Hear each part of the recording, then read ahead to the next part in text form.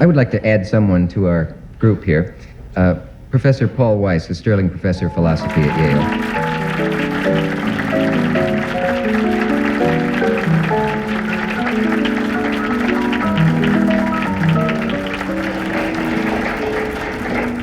Were you able to listen to the show backstage? I heard a good deal of it, but then I was behind the rostrum here. Yes. So I heard only some of it. Did you hear anything that you disagreed with? I disagreed with a great deal of it. And, of course, there's a good deal I agree with. But I think he's overlooking one very important matter, I think. Each one of us, I think, is terribly alone. He lives his own individual life. He has all kinds of obstacles in the way of religion or color or size or shape or lack of ability, and the problem is to become a man. But what I was discussing was not that problem, really. I was discussing the difficulties, the obstacles, the very real danger of death thrown up by the society when a black man attempts to become a man.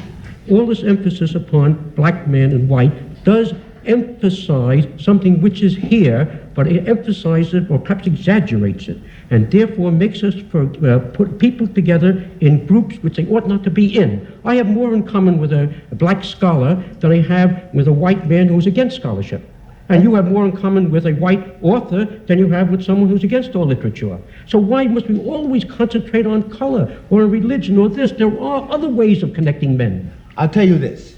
When I left this country in 1948, I left this country for one reason only, one reason. I didn't care where I went. I might have gone to Hong Kong, I might have gone to Timbuktu, I ended up in Paris, on the streets of Paris, with $40 in my pocket on the theory that nothing worse could happen to me there than had already happened to me here.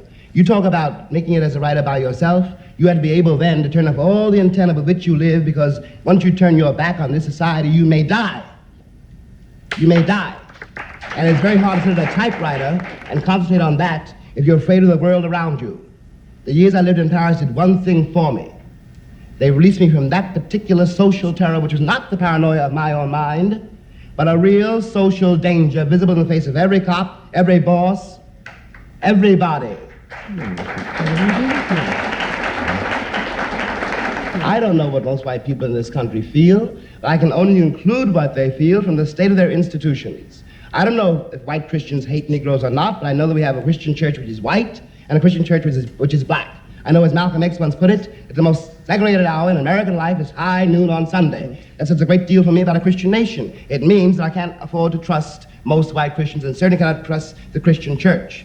I don't know whether the labor unions and their bosses really hate me. That doesn't matter, but I know I'm not in their unions. I don't know if the real estate lobby has anything against black people, but I know the real estate lobbies keep me in the ghetto.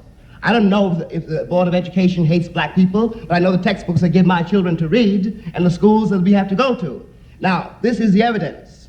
You want me to make an act of faith, risking myself, my wife, my woman, my sister, my children, on some idealism which you assure me exists in America, which I have never seen.